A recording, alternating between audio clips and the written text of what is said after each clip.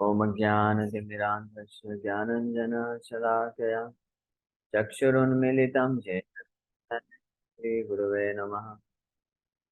श्रीचैतन्यमनोभीष्टं स्थापितं येन भूतले स्वयं रूपः कदा मह्यं ददाति स्वपदान्तिकम्।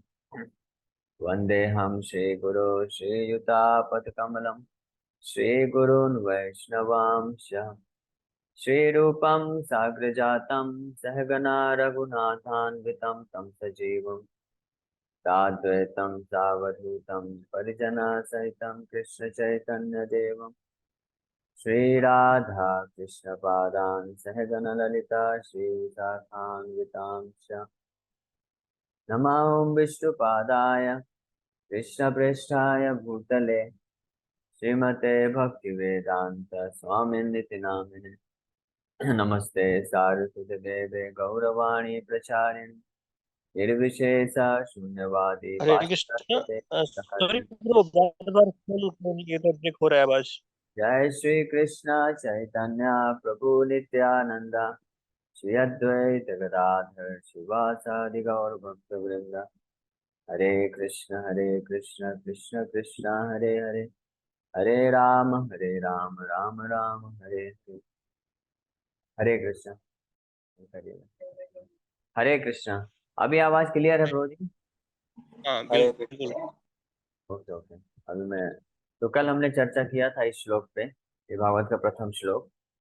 ओम नमो भगवते वासुदेवाय जन्मादयस्य यतः अन्वयादितरतश्चार्थेष्वभिज्ञस्वराट् तेने ब्रह्म हृदाय आदि कवये मुह्यन्ति यत्सूरया तेजो वारिमृदां यथा विनिमयो यत्र त्रिसर्गोऽमृषा कामना स्वेन सदा निरस्तकुहकं सत्यं परम धीमहि। जिसके शब्दार्थ को लेके हमने कल चर्चा किया था। अब इसके हम लोग अ, तात्पर्य पे जाएंगे।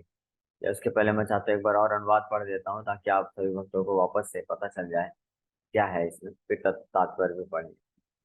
इसमें व्यास देव जी बोल रहे हैं, हे प्रभु, हे वसुदेव पुत्र श्री कृष्ण, हे सर्वव्यापी भगवान, मैं आपको सादर नमस्कार करता हूँ। मैं भगवान श्री कृष्ण का ध्यान करता हूँ क्योंकि वे परम सत्य हैं और व्यक्त ब्रह्मांडों की उत्पत्ति, पालन तथा संहार के समस्त कारणों के आदि कारण हैं। वे प्रत्यक्ष तथा अप्रत्यक्ष रूप से सारे जगत से अवगत रहते हैं और वे परम स्वतंत्र हैं क्योंकि उनसे परे अन्य कोई कारण है ही नहीं। उन्होंने ही सर्वप्रथम आदि जीव ब्रह्मा जी के हृदय में वैदिक ज्ञान प्रदान किया। उन्हीं के कारण बड़े बड़े मुनि तथा देवता उसी तरह मोह में पड़ जाते हैं जिस प्रकार अग्नि में जल या जल में स्थल देखकर कोई माया के द्वारा मोहग्रस्त हो जाता है। उन्हीं के कारण ये सारे भौतिक ब्रह्मांड जो प्रकृति के तीन गुणों की प्रतिक्रिया के कारण अस्थायी रूप से प्रकट होते हैं, वास्तविक लगते हैं जबकि वे अवास्तविक होते हैं। अतः मैं उन भगवान श्री कृष्ण का ध्यान करता हूँ जो भौतिक जगत के भ्रामक रूपों से सर्वथा मुक्त अपने दिव्य धाम में निरंतर वास करते हैं। मैं उनका ध्यान करता हूँ क्योंकि वे ही परम सत्य हैं। तो इस श्लोक के शब्दार्थ पे चर्चा करते हुए हमने तीन वस्तु के बारे में जाना था कि वो भगवान कृष्ण है जो कि परम भगवान है, जो सारे अन्य सभी अवतारों के भी स्रोत हैं। और दूसरा चीज डिस्कस किया था कि उनके माया के कारण यानी उनकी बहिरंगा शक्ति के कारण बड़े बड़े मुनि देवता सब मोहित रहते हैं। यहाँ तक कि ब्रह्मा और शिव जी जैसे महान देवता भी कभी कभी मोह में आ जाते हैं उनकी माया के कारण। लेकिन वो खुद निरस्त कुहकम सत्यम परम धीमहि, ये सब बहुत महत्वपूर्ण है। लेकिन वो खुद स्वयं कभी भी माया के भ्रम में नहीं आते हैं। इसलिए ये मायावादी लोगों का जो गलत धारणा है, यहाँ पे उसका खंडन कर रहे हैं वेदव्यास जी। अब हम लोग तात्पर्य पढ़ेंगे।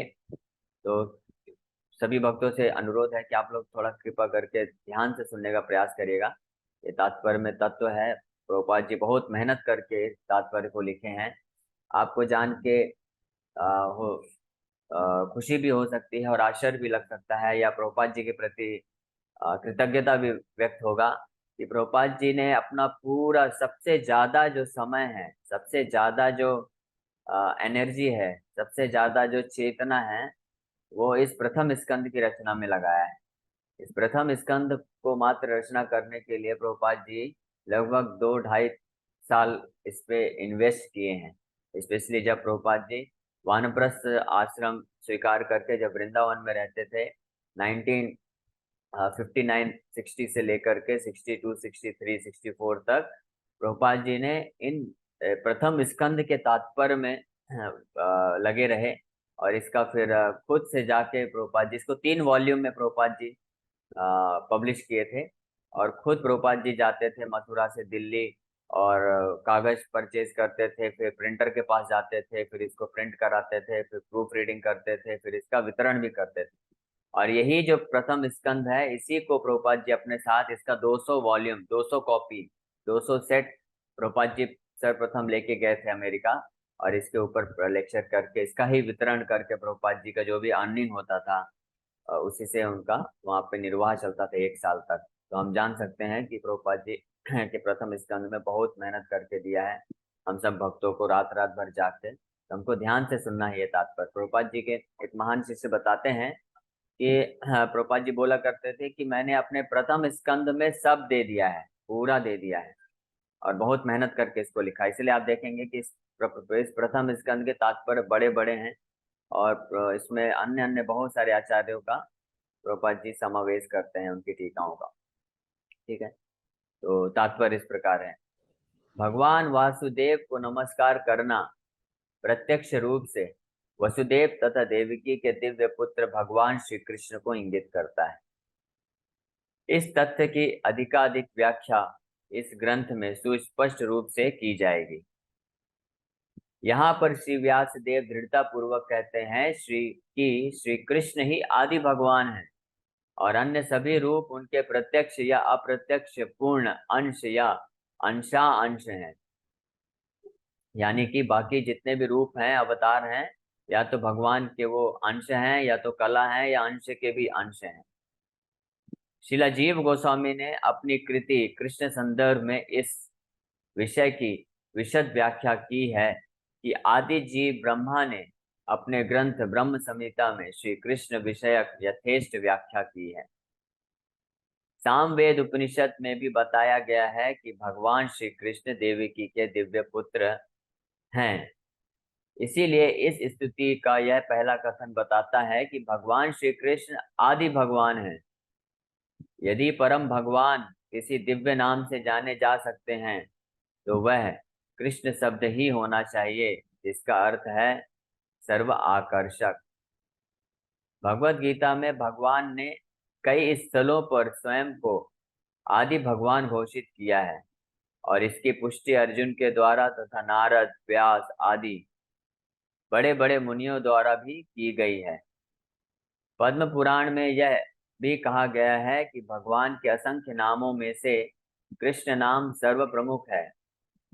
वासुदेव नाम भगवान के पूर्ण अंश का सूचक है, और भगवान के अन्य सभी रूप जो वासुदेव से अभिन्न हैं, इस ग्रंथ में बताए गए वासुदेव नाम विशिष्ट रूप से वसुदेव तथा देवकी के दिव्य पुत्र का सूचक है। सन्यासियों में सिद्ध परमहंसों द्वारा श्री कृष्ण का ध्यान सदा ही किया जाता है। तो इस प्रथम पैराग्राफ में जो प्रभुपाद जी बता रहे हैं, जो कि पहला शब्द है जन्मादि यस्य यथा, ओम नमो भगवते वासुदेवाय। कि यहाँ पे वासुदेव, वासुदेव का अर्थ होता है वसुदेव के पुत्र श्री कृष्ण है, लेकिन वसुदेव और देवकी के पुत्र को पद्म पुराण में बताया गया है कि वही परम भगवान है, कृष्ण है। और उन्हीं से जन्मादि यस्य यथा, जन्मादि यस्य यथा का भी इंगित करते हुए प्रभुपाद जी यहाँ पे स्पष्ट रूप में बता रहे हैं कि बाकी सब उनके अंश हैं, या तो अंशों के अंश हैं। इस प्रकार से अब हम दूसरे पैराग्राफ में बताते हैं। वासुदेव अथवा भगवान श्री कृष्ण ही समस्त कारणों के कारण हैं। जितनी भी वस्तुओं का अस्तित्व है, वे सभी भगवान से उद्भूत हैं। ऐसा किस तरह है, इसकी व्याख्या इस ग्रंथ के अगले अध्यायों में की गई है। महाप्रभु श्री चैतन्य ने इस ग्रंथ को निर्मल पुराण कहा है। निर्मल मतलब इसमें कोई भी मल नहीं है, शुद्ध है, पूर्ण रूप से शुद्ध पुराण है। क्योंकि इसमें भगवान श्री कृष्ण का दिव्य आख्यान है। श्रीमद् भागवत का इतिहास भी अत्यंत महिमामय है। इसका संकलन श्री व्यास देव ने दिव्य ज्ञान में परिपक्वता प्राप्त करने के पश्चात किया। उन्होंने अपने आध्यात्मिक गुरु श्री नारद जी के अनुदेशों के अंतर्गत इसकी रचना की। व्यास देव ने समस्त वैदिक वांग का संकलन किया, जिसमें चारों वेद, वेदांत सूत्र या ब्रह्म सूत्र, पुराण, महाभारत इत्यादि सम्मिलित हैं। किंतु वे इतने पर भी संतुष्ट नहीं हुए। जब उनके गुरु नारद ने उनके इस असंतोष को देखा तो उन्होंने उनको भगवान कृष्ण के दिव्य कार्यकलापों के विषय में लिखने का उपदेश दिया। ये दिव्य कार्यकलाप इस ग्रंथ के 10वें स्कंध में विशेष रूप से वर्णित हैं, किंतु इसका सार तत्व प्राप्त करने के लिए मनुष्य को चाहिए कि वह धीरे धीरे ज्ञान विकसित करके क्रमशः आगे बढ़े। तो यहाँ पे बताया गया है कि वेद व्यास जी ने ये जो ग्रंथ लिखा है श्रीमद् भागवत, जो कि अमल पुराण, चैतन्य महाप्रभु का मत है क्या है कि ये ग्रंथ है अमल पुराण, निर्मल पुराण है और महापुराण है, भागवत महापुराण है। तो इस ग्रंथ की रचना वेद व्यास जी ने अपने भक्ति के आध्यात्मिक स्तर के सबसे परिपक्व स्थिति पे जाके किया। इसका वर्णन आगे आएगा, जब तीसरा या चौथे अध्याय में इसके बारे में बताया जाएगा कि किस प्रकार वेद व्यास जी सारे शास्त्रों, वेद, वेदांत सूत्र, पुराण, महाभारत सब का रचना करने के बाद भी उनके हृदय में असंतुष्टि थी। तब उनके गुरु श्री नारद मुनि जी उनके इस असंतुष्टि का कारण बताते हैं और उनको आज्ञा देते हैं कि आप श्रीमद् भागवत का, यानी भगवान परम भक्त श्री कृष्ण जो है वो परम भगवान हैं, इस चीज को व्याख्या करने के लिए और उनकी लीलाओं को बताने के लिए एक ग्रंथ का रचना करो जिसका नाम है श्रीमद् भागवत। और इस प्रकार से वो फिर रचना करने के बाद संतुष्ट हुए। आगे बोल रहे हैं, यह स्वाभाविक है कि चिंतनशील मनुष्य सृष्टि का उद्गम जानना चाहता है। जैसे साइंटिस्ट हैं, वैज्ञानिक हैं, वो लगे हुए हैं, जानना चाहते हैं कि सृष्टि की उत्पत्ति कैसे हुई है, origin of universe, origin of life. इसीलिए तो देखिए वो अलग अलग ग्रहों में जा रहे हैं ताकि जान सके कि अन्य ग्रहों में भी जीवन है कि नहीं है, कैसे उत्पत्ति हुई है। तो इसमें आज के ही वैज्ञानिक नहीं, हजारों हजारों सालों से जो फिलोसोफर, दार्शनिक लोग हुए हैं, इसमें हमेशा चिंतन में रहे हैं, उनकी जिज्ञासा रही है। जब वो रात को ऊपर देखते थे, अरे इतने सारे चांद तारे हैं, इन सब की उत्पत्ति किसने की है, ये सब जानना चाहते हैं। तो यहाँ पे इसलिए बता रहे हैं, यह स्वाभाविक है कि चिंतनशील मनुष्य सृष्टि का उद्गम जानना चाहता है। रात्रि में वह आकाश में तारों को देखता है और स्वाभाविक है कि वह उनके निवासियों के विषय में कल्पनाएं करता है। ऐसी जिज्ञासा मनुष्य के लिए स्वाभाविक है, किंतु उसकी चेतना विकसित क्योंकि उसकी चेतना विकसित है, जो पशुओं की तुलना में उच्च है। श्रीमद् भागवतम के रचयिता ऐसी जिज्ञासाओं का सीधा उत्तर देते हैं। वे कहते हैं कि भगवान श्री कृष्ण समस्त सृष्टियों के उद्गम हैं। वे न केवल ब्रह्मांड के सृष्टा हैं वरन उसके संहर्ता भी हैं। इस दृश्य जगत की उत्पत्ति भगवान की इच्छा से किसी काल में होती है, कुछ काल तक इसका परिपालन होता है और तब उनकी ही इच्छा से इसका संहार हो जाता है। अतएव समस्त जागतिक कार्यों के पीछे उनकी परम इच्छा रहती है। निस्संदेह ऐसे अनेक नास्तिक हैं जो सृष्टा पर विश्वास नहीं करते, किंतु वे अल्पज्ञान के कारण ऐसा करते हैं। उदाहरणार्थ, आधुनिक विज्ञानी ने अंतरिक्ष उपग्रह बनाए हैं जिन्हें किसी न किसी युक्ति से बाह्य आकाश में प्रक्षिप्त किया जाता है और दूर बैठे विज्ञानी के निर्देश से ये कुछ काल तक आकाश में उड़ते रहते हैं। इसी प्रकार असंख्य तारों तथा ग्रहों से युक्त सारे ब्रह्मांड भगवान की बुद्धि द्वारा नियंत्रित होते हैं।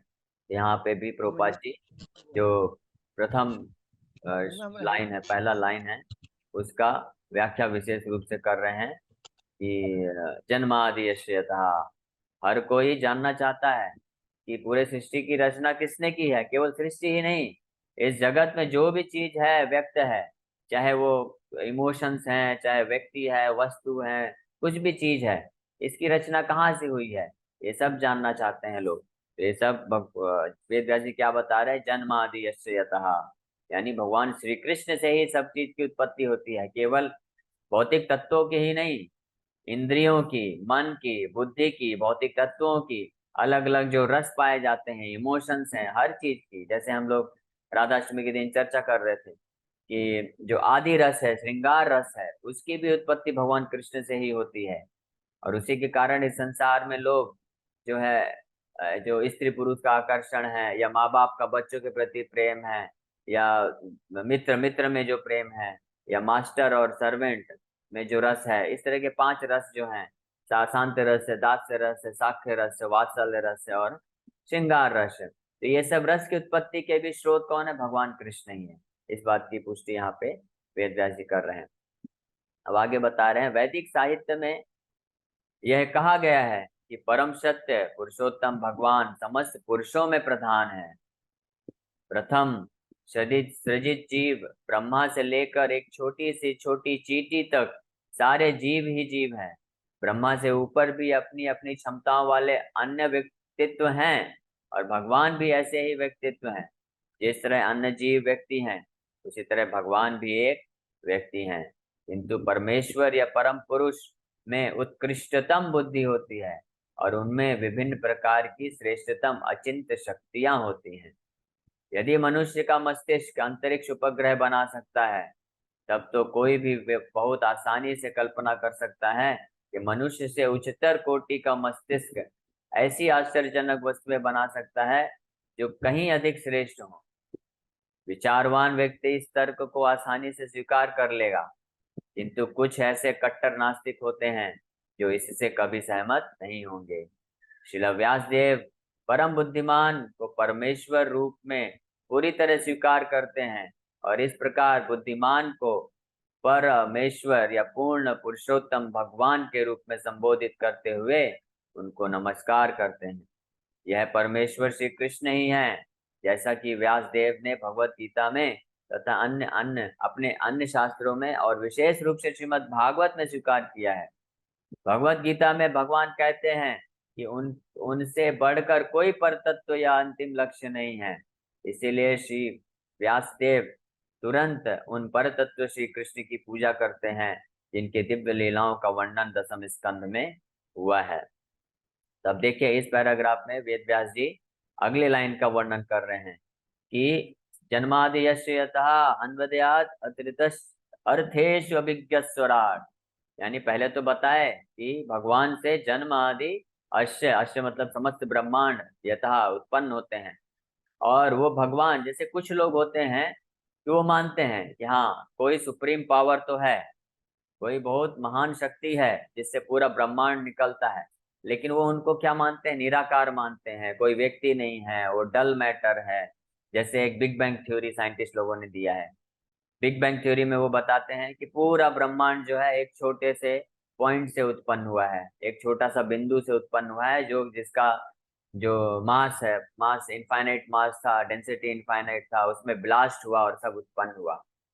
लेकिन व्यास देव जी जिन भगवान की बात कर रहे हैं, वो कोई छोटा सा बिंदु नहीं है, वो कोई परम शक्ति बस नहीं है। वो कौन है? जन्मादि यश यतः तो है, लेकिन वो साथ ही साथ में अन्वयाद इतरतश्च अर्थेषु अभिज्ञा स्वराट। ये भी शब्द जो है अभिज्ञ स्वराट जो है बहुत महत्वपूर्ण है। इसी चीज के बारे में इस पैराग्राफ में, जो लास्ट पैराग्राफ हमने पढ़ा, उसमें प्रभुपाद जी वर्णन कर रहे हैं कि भगवान जो है वो केवल सृष्टि का रचना करके भूल नहीं जाते हैं। जैसे कुछ लोग बोलते हैं भगवान ने सृष्टि की रचना की और सब भूल गए, उसके बाद फिर गायब हो गए। ऐसा थोड़ी ना होता है। यहाँ पे भगवान को व्यक्ति बताया गया है। भगवान भी क्या है? एक पर्सनैलिटी है, व्यक्ति है। जैसे हम लोग व्यक्ति हैं, इस संसार में हर कोई व्यक्ति है, उसी प्रकार से व्यक्ति का व्यक्ति होने का क्या लक्षण है कि उस व्यक्ति को पता रहता है। जैसे कोई व्यक्ति है, कोई अपना एक बड़ा कंपनी खोलता है, तो कंपनी खोलने के बाद अपनी शक्ति से वो कंपनी खोलता है, लेकिन उसके बाद वो उस कंपनी में क्या चल रहा है, डायरेक्टली और इनडायरेक्टली, यानी प्रत्यक्ष रूप से या अप्रत्यक्ष रूप से उस कंपनी के बारे में सब कुछ जानता है, क्योंकि वो एक व्यक्ति है। उसी प्रकार से यहाँ पे ये जो शब्द आया है अन्वयाद इतरतश्च अर्थेषु अभिज्ञा, ये ये ये लाइन से सूचित होता है कि अन्वयाद मतलब प्रत्यक्ष रूप से डायरेक्टली, और इतरता मतलब अप्रत्यक्ष रूप से इनडायरेक्टली। अभी इन दोनों का क्या अर्थ है ये हम लोग डिस्कस करेंगे, लेकिन उसके पहले ये जानना महत्वपूर्ण है कि अन्वयाद इतरतश यानी प्रत्यक्ष रूप से और अप्रत्यक्ष रूप से भगवान क्या है। अर्थेषु अभिज्ञा, अभिज्ञा मतलब पूर्ण रूप से अवगत हैं। अर्थेषु मतलब सारे उद्देश्यों को, ब्रह्मांड की सब चीज को, हर चीज को, ब्रह्मांड के उनके सृष्टि के कोने कोने में, कण कण में जो भी चीज हो रहा है, जो हुआ है और जो होने वाला है, उस सब के बारे में भगवान अवगत है। केवल अवगत ही नहीं है, पूर्ण रूप से अवगत है। और इतना ही नहीं, भगवान साथ ही साथ में क्या है, अभिज्ञ स्वराट है। स्वराट का मतलब होता है पूर्ण रूप से स्वतंत्र भी हैं। यानी स्वतंत्र होने का मतलब है कि भगवान उसको पूरी तरह से नियंत्रित करते हैं। स्वतंत्र का एक गुह्य मीनिंग, गुह्य अर्थ भी है, छुपा हुआ अर्थ भी है कि स्वतंत्र का मतलब होता है स्वतंत्र। स्व मतलब अपना या अपने लोग, तंत्र मतलब कंट्रोल, है ना। जैसे हम लोग परतंत्र हैं, परतंत्र मतलब हम दूसरे द्वारा नियंत्रित होते हैं, यानी हम भगवान और भगवान की शक्ति, माया की शक्ति के द्वारा हम लोग नियंत्रित हैं। तंत्र का मतलब होता है नियंत्रण करना। लेकिन भगवान जो है स्वतंत्र, स्वतंत्र मतलब या तो अपने द्वारा ही नियंत्रित है या अपने लोगों के द्वारा नियंत्रित है। अब भगवान के अपने लोग कौन है, भगवान के शुद्ध भक्त हैं। तो भगवान के जो शुद्ध भक्त हैं वो भगवान को पूर्ण रूप से नियंत्रित कर सकते हैं, केवल और केवल, और कोई नियंत्रित नहीं कर सकता है। इसी को बोलते हैं स्वराट या स्वतंत्र, पूर्ण रूप से स्वतंत्र हैं। तो इस श्लोक में ये, इस जो पैराग्राफ में यह बात को चर्चा की गई है कि भगवान जो है एक व्यक्ति हैं। फिर आगे बताया जा रहा है कि कहाँ गए, संबोधित करते हुए नमस्कार करते हैं। हाँ, और इस प्रकार से ऐसे परम भगवान जिनका व्यक्ति है, इसलिए प्रभुपाद जी ने भगवान कृष्ण का जो इंग्लिश में ट्रांसलेशन दिया वो क्या दिया है, Krishna the supreme personality of God है। केवल सुप्रीम गॉड या सुप्रीम लॉर्ड ट्रांसलेशन नहीं दिए प्रभुपाद जी। आप देखेंगे कई लोग गीता में टीका करते हैं तो वो लोग लिखते हैं कि the supreme energy, supreme energy के रूप में भगवान को देखते हैं, या सुप्रीम लॉर्ड बस बोल देते हैं, सुप्रीम। लेकिन प्रभुपाद जी बहुत स्पेसिफिक वर्ड यूज करते हैं, Krishna the supreme personality of God है। पर्सनैलिटी मतलब भगवान भी व्यक्ति हैं।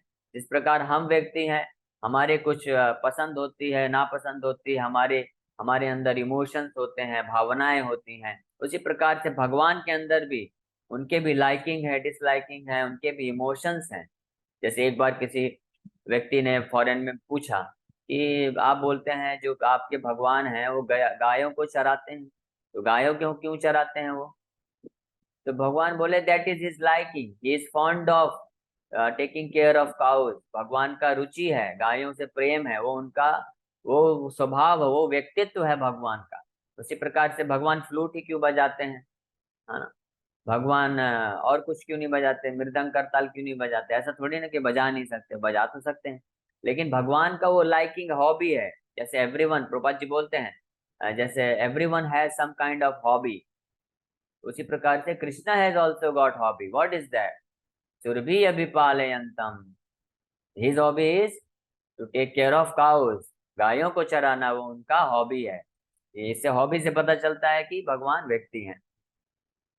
अब आगे बता रहे हैं कि निष्ठाहीन व्यक्ति सीधे दसम स्कंध में, और हाँ, विशेष रूप से, एक मिनट, शायद पिछला सारा पैराग्राफ छोड़ देना, हो गया, इसलिए श्री व्यास देव तुरंत पर्वतों की पूजा करते हैं। हाँ, निष्ठावान व्यक्ति सीधे दसम स्कंध में और विशेषकर उन 5 अध्याय में पहुंच जाते हैं जिनमें भगवान की रास लीला का वर्णन है। श्रीमद् भागवत, ये लास्ट पैराग्राफ करेंगे बस। श्रीमद् भागवत का यह अंश इस महान ग्रंथ का गुह्यतम अंश है। यानी भगवान का जो कृष्ण का दसम स्कंद का लीला है, जो रास लीला है, वो इस भागवत का गुह्यतम अंश है, सबसे ज्यादा छुपा हुआ अंश है। इसलिए वेद व्यास जी यहाँ पे सतर्क कर रहे हैं। प्रभुपाद जी बोल रहे हैं जब तक किसी को भगवान का पूरा पूरा दिव्य ज्ञान प्राप्त ना हो ले, तब तक वह भगवान की पूज्य दिव्य लीलाओं को, जिन्हें रास नृत्य कहा जाता है, तथा गोपियों के साथ उनके प्रेम व्यवहार को ठीक से समझ नहीं सकता। यह विषय अत्यंत आध्यात्मिक है। केवल ऐसे मुक्त पुरुष जिन्होंने क्रमशः परमहंस अवस्था प्राप्त कर ली है, इस रास नृत्य का दिव्य आस्वादन कर सकते हैं। अतः श्रील व्यास देव पाठक को अवसर प्रदान करते हैं कि भगवान की लीलाओं के सार का आस्वादन करने के पूर्व वे धीरे धीरे आत्म साक्षात्कार का विकास करें। इसीलिए वे जानबूझकर गायत्री मंत्र धीमहि का आवाहन करते हैं। यह गायत्री मंत्र अध्यात्म में बढ़े चढ़े व्यक्तियों के निमित्त है। जब कोई गायत्री मंत्र का उच्चारण करने में सफल हो जाता है, तब वह भगवान की दिव्य स्थिति का तक प्रवेश पा सकता है। अतः गायत्री मंत्र के सफल जप के लिए मनुष्य में ब्राह्मण जैसे गुणों का समावेश होना चाहिए, या फिर उसे पूर्ण रूप से सतोगुणी होना चाहिए। तभी वह भगवान के नाम, यश, गुणों आदि की दिव्य अनुभूति प्राप्त कर सकता है। श्रीमद् भागवत भगवान की अंतरंगा शक्ति द्वारा प्रदर्शित उनके स्वरूप का आख्यान है, और यह अंतरंगा शक्ति हमारे अनुभव गम्य दृश्य जगत को उत्पन्न करने वाली बहिरंगा शक्ति से भिन्न होती है। श्रील व्यास देव ने इस श्लोक में इन दोनों शक्तियों में अंतर स्पष्ट किया है। वे कहते हैं कि प्रकट अंतरंगा शक्ति वास्तविक है, जबकि भौतिक जगत के रूप में प्रकट होने वाली बहिरंगा शक्ति अनित्य है और मृगमरीचिका जैसी है। मृगमरीचिका में वास्तविक जल नहीं रहता, केवल जल का आभास रहता है। वास्तविक जल तो कहीं अन्यत्र रहता है। यह दृश्य जगत एक वास्तविकता जैसा प्रतीत होता है, किंतु वास्तविकता तो आध्यात्मिक जगत में होती है, और यह तो उसकी छाया मात्र है। परम सत्य तो वैकुंठ लोक में है, भौतिक आकाश में नहीं। भौतिक आकाश में प्रत्येक वस्तु सापेक्ष सत्य है, यानी रिलेटिव ट्रूथ। कहने का तात्पर्य यह है कि एक सत्य किसी अन्य पर आश्रित होता है, यानी इस जगत में जो भी सत्य है वो किसी अन्य पर आश्रित होता है। इसका चर्चा हमने पिछले सत्र में किया था। यह दृश्य जगत प्रकृति के 3 गुणों की अंतः क्रिया से बनता है, और यह अनित्य जगत बद्ध जीव के मोहग्रस्त मन को वास्तविकता का भ्रम प्रस्तुत करने वाला होता है। बद्ध जीव अनेकानेक योनियों में प्रकट होते हैं, जिनमें ब्रह्मा, इंद्र, चंद्र जैसे उच्चतर देवता भी सम्मिलित हैं। यथार्थ में प्रकट जगत में कोई वास्तविकता नहीं होती, किंतु यह वास्तविक जैसा प्रतीत होता है। वास्तविकता का अस्तित्व तो वैकुंठ लोक में है, जहाँ पुरुषोत्तम भगवान अपने दिव्य सामग्री के साथ नित्य विद्यमान रहते हैं। तो इसी के साथ हम लोग यहाँ पे आज विराम देंगे। अगले सत्र में हम लोग ये पैराग्राफ और कंप्लीट करेंगे। तो 1 मिनट में बस इस छोटे से पैराग्राफ में जो प्रभुपाद जी बताए हैं, जो ऑलरेडी मैं थोड़ा सा बताया था कि यहाँ पे वेद व्यास जी सूचित कर रहे हैं कि डायरेक्टली हमको भगवान की रास लीला, भगवान की लीलाओं के बारे में श्रवण करने के लिए उत्सुक नहीं होना चाहिए। भगवान के बारे में पहले समझना चाहिए, सतोगुण में आना चाहिए। इसीलिए यहाँ पे वो धीमहि और ओम के द्वारा गायत्री मंत्र का उच्चारण कर रहे हैं, ताकि हम श्रोतागणों को उस स्थिति में धीरे धीरे वो लेके जा सके और हम समझ सके। जिससे यह भी पता चलता है कि हम सब भक्तों को प्रयास करना चाहिए कि हम अपने आप को योग्य बनाए धीरे धीरे, कि हम सबसे पहले हरिनाम दीक्षा प्राप्त करें और फिर ब्राह्मण दीक्षा प्राप्त करें। और ब्राह्मण दीक्षा प्राप्त करने के बाद हम योग्य होंगे कि हम गायत्री मंत्र का जप कर सकते हैं, और गायत्री मंत्र के जप करने से हम को एक सतोगुण की अवस्था प्राप्त करके हम भगवान की लीलाओं को अच्छे से समझ सकते हैं। हरे कृष्णा। आप में से किसी भक्त का कोई प्रश्न है तो ले सकते हैं, हमारे पास 6 मिनट बचा है। हरे कृष्णा प्रभु जी। हरे कृष्णा। जी प्रभु जी। प्रभु जी, मेरा प्रश्न ये है कि जो चैतन्य चैतामृत हो गई, या श्रीमद् भागवत महापुराण हो गया, या जैसे भगवत गीता हो गई, तो श्रीला प्रभुपाद जी ने इनका तात्पर्य मतलब इसको व्याख्या की इसकी। तो इससे पहले क्या बोलते हैं, ये भागवत महापुराण की किसी और ने व्याख्या नहीं की थी? किया था, कई महान आचार्यों ने किया था। विश्वनाथ चक्रवर्ती ठाकुर, सनातन गोस्वामी, रूप गोस्वामी, श्रीधर स्वामी और अन्य कई आचार्यों ने किया था। लेकिन उनकी टीकाओं को ही साथ में रख के प्रभुपाद जी उन टीकाओं को पढ़ते थे और उन सब को इस प्रकार से निचोड़ देते थे सरल भाषा में, ताकि हम जैसे बद्ध जीव कलयुग के समझ सकें। क्योंकि हम अगर डायरेक्ट विश्वनाथ चक्रवर्ती ठाकुर, श्रीधर स्वामी की टीका पढ़ेंगे तो हम समझ ही नहीं पाएंगे, पल्ले ही नहीं पड़ेगा हमको। और एक तो उनकी जो टीका है संस्कृत भाषा में, इसलिए प्रभुपाद जी का जी। विशेष योगदान है कि उन्होंने उन टीकाओं को हमारे लिए हिंदी। बड़े अच्छे से सरल भाषा में दिया। जी। जी प्रभु जी, धन्यवाद प्रभु। मगेश प्रभु का एक प्रभु जी, प्रश्न है। हाँ प्रभु जी, गायत्री मंत्र का जाप करने के लिए जनेऊ होना जरूरी है? नहीं, जनेऊ से ज्यादा इम्पोर्टेंट है प्रमाणिक गुरु से गायत्री मंत्र दीक्षा प्राप्त जरूरी करना है। ऐसा नहीं है कि आप बस मार्केट से जनेऊ लेके पहन लिए और गायत्री चालू कर दिए, नहीं। नहीं नहीं उसके लिए नहीं नहीं प्रभु जी, जनेऊ तो, जनेऊ जब तक दीक्षा ये होता है हाँ ना हाँ कि दीक्षा जनेऊ के होना लिए, चाहिए। हाँ हाँ उसके बाद कर सकते उसके हैं। बाद, हाँ उसके बाद जैसे अभी, जैसे हम लोग में क्या है कि जब तक मेरा जनेऊ जब किसी शादी हुआ ना तभी जनेऊ होता है, या ठान कर जनेऊ होता है, तो लेकिन वो देखिए वो बनारस एक या, अलग चीज है, मैं समझ गया, मैं आप समझा हाँ देता हूँ। वही वो एक प्रभु जी। अलग चीज है। जो कर्मकांडी लोग करते हैं, गायत्री दीक्षा देते हैं, जनेऊ संस्कार करते हैं, उसका पर्पस अलग होता है। उसमें कर्मकांडी उद्देश्य होता है, उसमें सारे नियम वो लोग पालन नहीं करते हैं। लेकिन वैष्णव हाँ संप्रदाय में हाँ। ब्राह्मण दीक्षा, गायत्री दीक्षा दिया जाता है, उसका पर्पस अच्छा अलग अच्छा। होता है। उसका पर्पस है भगवान कृष्ण की लीलाओं को, भगवान को समझने के लिए, भगवान के प्रति प्रेम विकसित करने के लिए किया जाता है। ओके। और इस्कॉन में गायत्री दीक्षा केवल उन्हीं लोग को दिया जाता है जो नियम पूर्वक कई सालों से अच्छे से नियम का पालन कर रहे हैं, उन्हीं को दिया जाता है। ठीक है। यस, ठीक और है कोई प्रभु जी, प्रश्न? वो नहीं नहीं प्रभु जी, मेरा डाउट था इस हरे दो कृष्ण दोनों प्रभु जी। चीज में। धन्यवाद प्रभु जी। हरे कृष्ण। कौन कौन बोल रहे हैं? कविता बहन बोल रहे यस माता जी। जी हैं? प्रभु जी। लेकिन प्रभु जी सॉरी, पूछ रहे थे। सॉरी सॉरी, जस्ट एक शॉर्ट कमेंट। गायत्री मंत्र में, महामंत्र में कोई अंतर नहीं है। भक्ति चोरू महाराज जी बोलते हैं और बहुत सारे महाराज बोलते हैं हरे कृष्ण महामंत्र इज इक्वल टू गायत्री मंत्र। तो हरे कृष्ण महामंत्र बेटर है। गायत्री मंत्र के लिए बहुत सारे नियम रहते हैं, नियम और निषेध रहता है, ये करना है। तो हरि नाम करिए, गायत्री मंत्र से बेटर है, या कि इक्वल है। ठीक है। हाँ कविता बहन बोलिए, प्लीज बोलिए कविता बहन। हरे कृष्ण प्रभु जी। प्रभु जी जैसे गायत्री दीक्षा होती है गायत्री मंत्र का, क्या लेडीजों के लिए भी ये चीज रहती है कौन? हाँ, लेडीज लोग 100%। के लिए भी दिया जाता है गायत्री दीक्षा। लेकिन वो पहले हरिनाम दीक्षा होता है, उसके बाद कई साल तक जब वो लोग अच्छे से पालन करते हैं, फिर उनको भी गायत्री दीक्षा दिया जाता है। और कोई बट हरिनाम प्रश्न? की और बल्कि बेटर देन गायत्री। बड़ी लंबी व्याख्या है, टाइम नहीं है, तो आप हरिनाम एक्चुअली लीजिए समय भगवान नहीं का है, नाम। लेकिन मैं अगर हो तो कल आप लोग प्रश्न पूछिए, गायत्री मंत्र और हरिनाम मंत्र कैसे एक बराबर भी है, लेकिन दोनों का महत्व है, तो मैं इसके ऊपर भी बताऊंगा।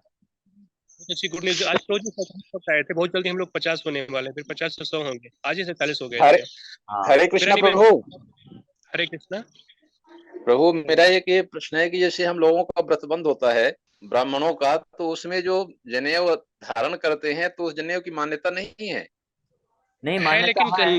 हाँ, नहीं मान्यता है, ऐसा नहीं बोला जा रहा है कि मान्यता नहीं है, लेकिन वो कर्म कांड है ना। उसमें जैसे जो साधारण लेते हैं दीक्षा, तो कर्म कांडीय दीक्षा, गायत्री दीक्षा होता है। उसका उद्देश्य भी अलग होता है कि ठीक है विवाह हो रहा है तो चलो इनको गायत्री करा दो। और फिर उसके बाद कई बार लोग बस जनेऊ धारण किए रहते हैं, गायत्री करते ही नहीं है और नियम भी पालन नहीं करते। मान लीजिए कुछ लोग गायत्री करेंगे भी, हाँ लेकिन नियम भी जी पालन जी। करना बहुत जरूरी है ना। सतोगुण में थैंक यू वेरी रहना, मच। ये नशा पान नहीं करना चाहिए, तम्बाकू नहीं खाना चाहिए, पैर प्रभु नहीं खाना चाहिए, ये सब नियम नहीं पालन करते, इसलिए उस गायत्री फिर दीक्षा का कोई मतलब नहीं रह जाता।